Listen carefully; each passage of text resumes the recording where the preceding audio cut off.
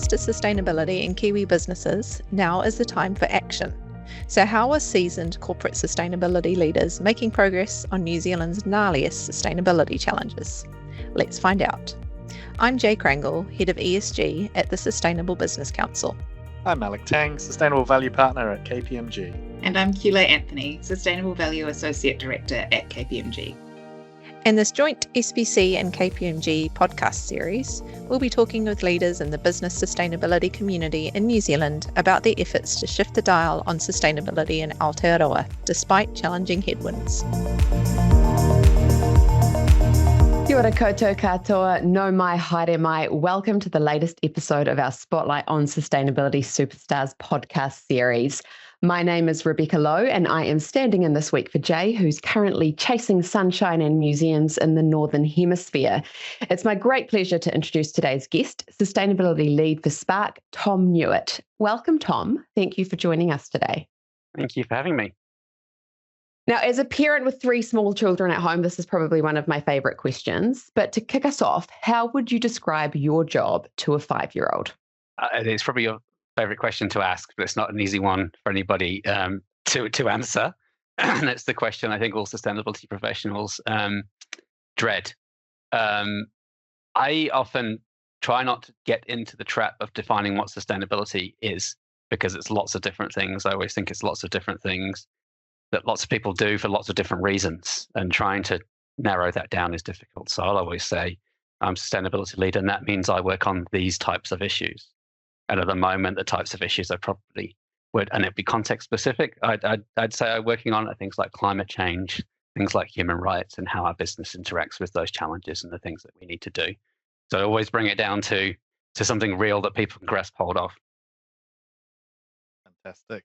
Thanks, Tom. And you're right. I think we've done a few of these, and that first question is quite hard to grapple with. And how do we simplify such a complex topic? But I think your point about what resonates and try and make it tangible is bang on, and that applies whether it's a 5-year-old or an adult or a director or whoever it is that we're talking to. So building on that, and I suppose thinking about those challenges, what is your wicked sustainability challenge that you think we're facing? Well, it's an interesting question to answer as well. And if you think about it in terms of timeframes, it is relatively short term. And I've been able to work in the sustainability context in conservation-focused organizations. And if you show up thinking about 10, 20-year problems around meeting human needs, you're often, you can see that contrast to a different way of thinking about the environment, a different way of thinking about, landscape scale, ecosystems, species, those types of things. And I think in some ways we can get focused through the lens we look at sustainability on short-term human-centric problem solving when there are much bigger, longer-term problems out there. And I think the connectedness to those bigger, longer-term problems is that connectedness is one of those wicked problems. But if we think from a circularity perspective, for example, that's just as challenging and probably a longer-term problem around where the materials and resources come that go into our technology, into the things that go to our consumers, and how we need to close the loop on those things. So I think in some ways, the connectedness and the longer-term thinking is one of those challenges.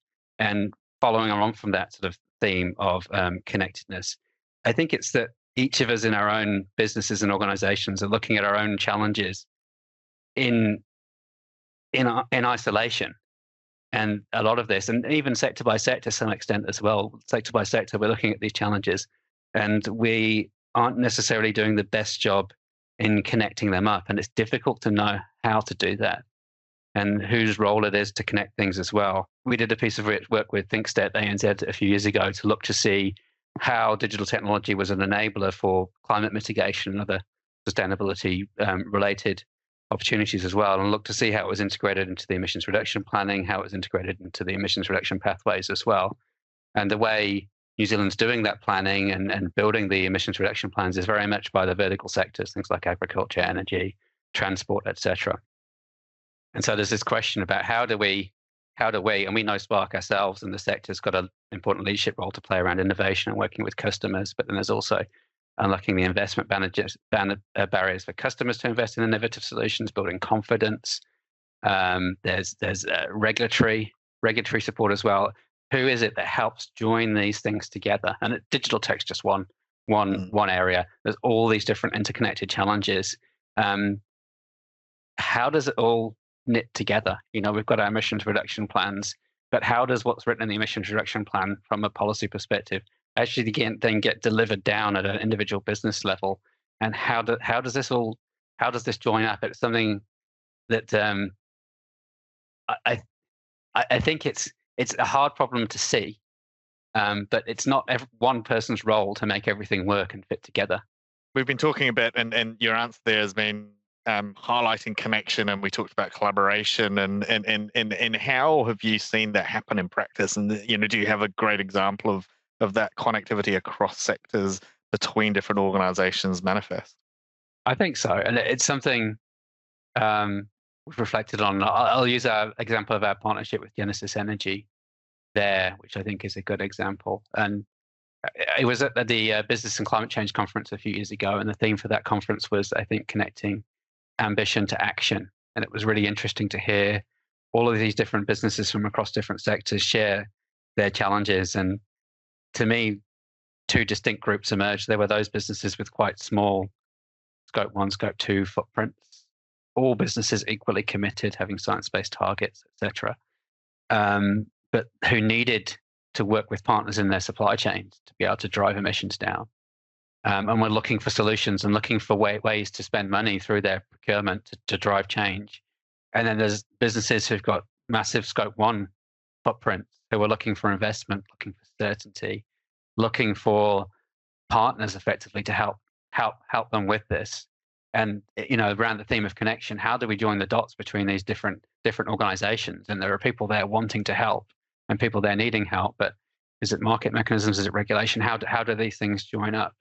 And I think if people think about digital technology, Clark operates data centers. We've got things like AI, 5G technology. There is a material part of our footprint is energy use, electricity use. And if we look at our own emissions reduction target, our SBTi targets are 56% reduction over the 10 years to 2030. We know the majority of that's got to come from reducing our Scope 2 emissions. And we've got this great opportunity through renewables, linking to new renewables. So around our energy procurement, the questions we asked were, firstly, how do we reduce our Scope 2 emissions? How do we achieve our SBTi? But then a broader question around connection. We're a major energy user. How do we behave? How do we connect as an energy procurer to be able to best support transition to low carbon in the energy sector as well? And I think out of those questions, and we've got a very good long-standing supplier relationship with Genesis, which has evolved into a renewable energy partnership because of asking and having shared conversations around this as well. So we signed a 10-year renewable partnership with Genesis. Genesis has got its own SBTi targets. It's working on its own emissions reductions, and we're partnered there to work on those things together. And earlier this year, the Lauriston solar farm down in Canterbury was officially opened, which we're purchasing 100% of the electricity from, which is making a big contribution to our Scope 2 market-based emissions reductions for the future as well. But I think there's a good example of how those connections can be made, how those commercial and market-based opportunities can come together. And I think in some ways, renewable energy certificates and the renewable energy market is a good example of how this is starting to build momentum in New Zealand and around the world as well. Love that. A great example. And we always love when the Climate Change and Business Conference can be the starter of some of these conversations as well. I guess that's a nice segue into the next question then, Tom. I mean, you have such a varied and lengthy experience in the sector and in this area.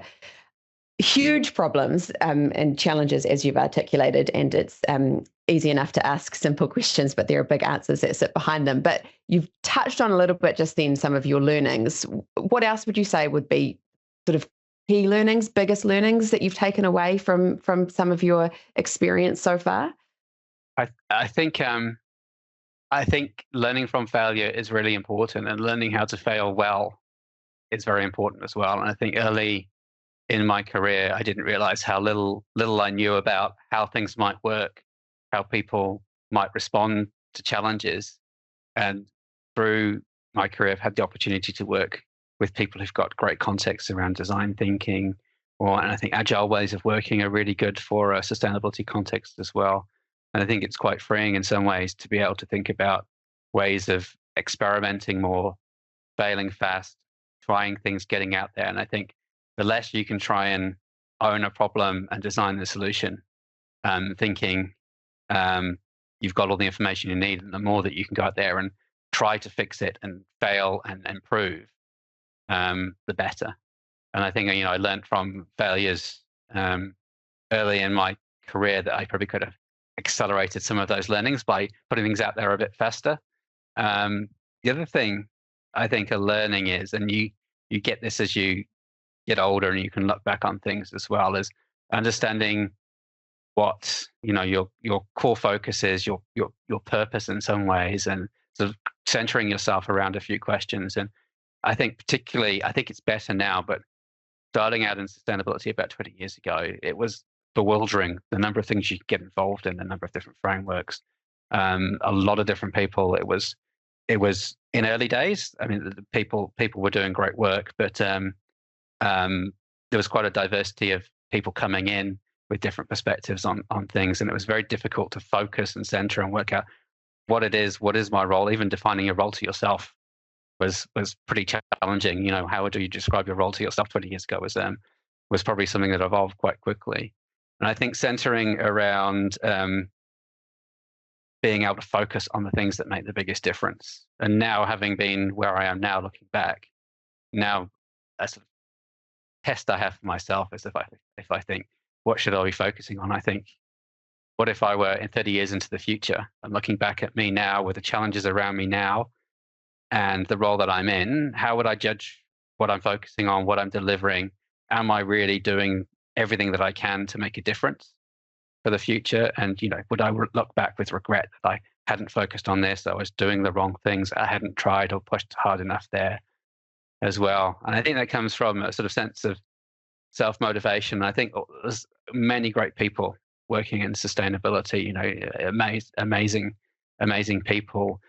All of them have got great motivations. All of them are slightly different. I think it's understanding your own motivation as well. And I think for me, these roles, they're a privilege, but there's also a sense of duty and responsibility with them, because you're in these roles, you've got this potential to influence organizations that can make a real difference, that they're a force for good in society.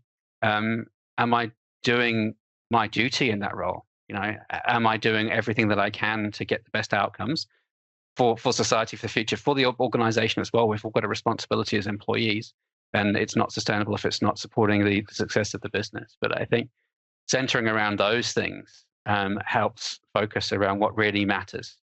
And I think it comes down to, I think 20 years ago, people were aware of this then, but lots of time spent on things like reporting or frameworks and things like that, really using those things efficiently to get to the problems and working on the problems, making sure that we're driving change is really important, I think. I think, though, the insights on focus and purpose that you've just talked on are just as, we might be 20 years ahead of where you started, but they're just as relevant to people coming into the sustainability profession today. Yes, the context has shifted, but I'm sure for many new sustainability professionals, that sense of bewilderment still can exist. And so I think what you've just shared in terms of your learnings and that focus and your why is probably just as relevant now for those new professionals as when you started out 20 years ago. Yeah, I think that's true, and it's just as relevant for me today. There's so many things that can draw your focus, so many things you can spend your time doing. Some, I think, 20 years ago, they were all to a degree optional. Now, many of them are mandatory. And doing mandatory things has other requirements in it as well. And with that, I guess there's a question here about how have you seen the sector, the industry evolve over the time that you've been involved? And obviously that's one in terms of what has become mandatory or that now is a requirement that perhaps wasn't before. But maybe thinking broadly as well in the time over your work in this arena, how have things shifted and changed?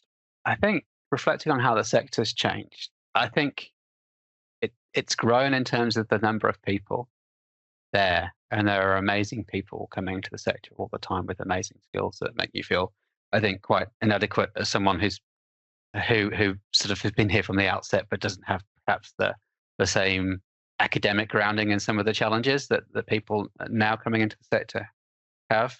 But if I reflected on that, I think the sector itself, other than growing and getting noisier, hasn't changed that much in terms of the people and what we're doing.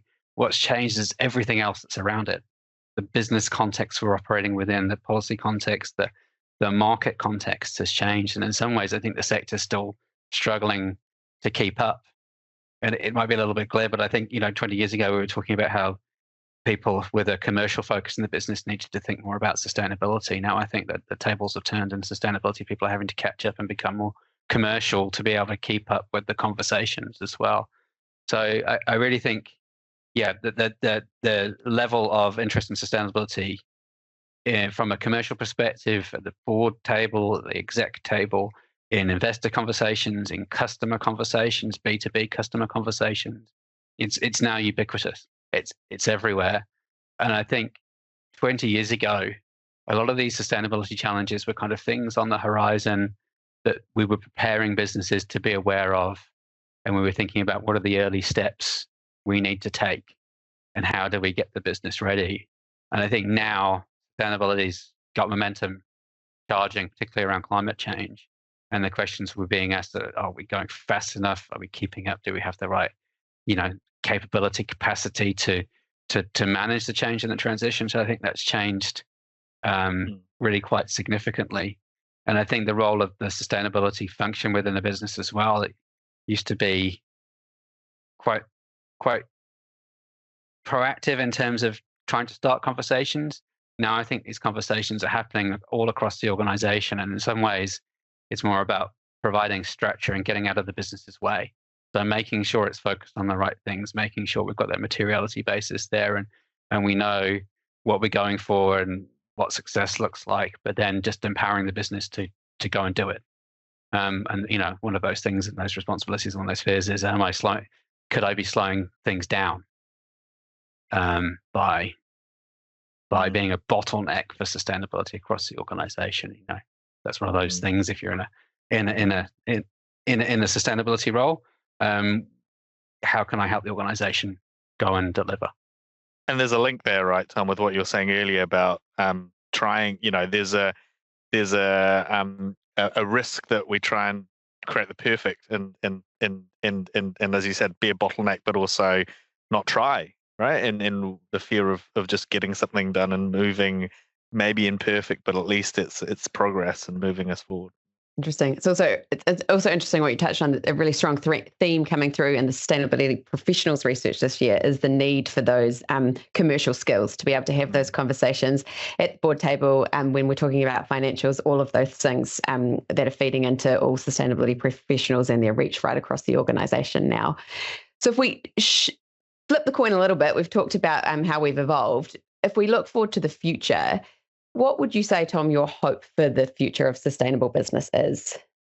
This might be a slightly acute way of trying to answer it, but and it reflects back on the previous answer. I think it's integrated. It just becomes just business. I don't know what sustainable business is, as distinct from business in terms of a business that's successful in the future, if you see what I mean. And I think we're in a kind of transition at the moment where businesses are perhaps competing in the marketplace around whether their products are sustainable or not.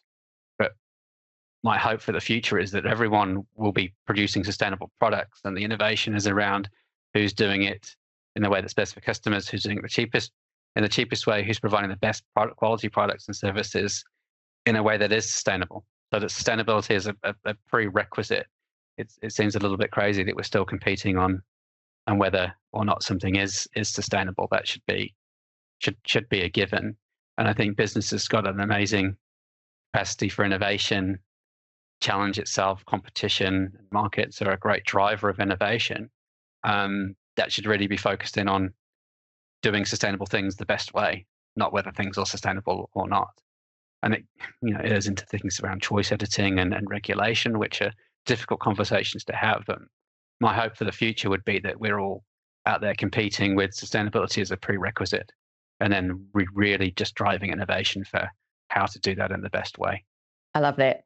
It's just a really nice way to sum it up. Tom, thank you so much for your time today and for your insights. Incredibly valuable. And I'm sure that listeners are going to take a lot from this discussion. So thank you so much for being here with us. You're welcome. Thank you.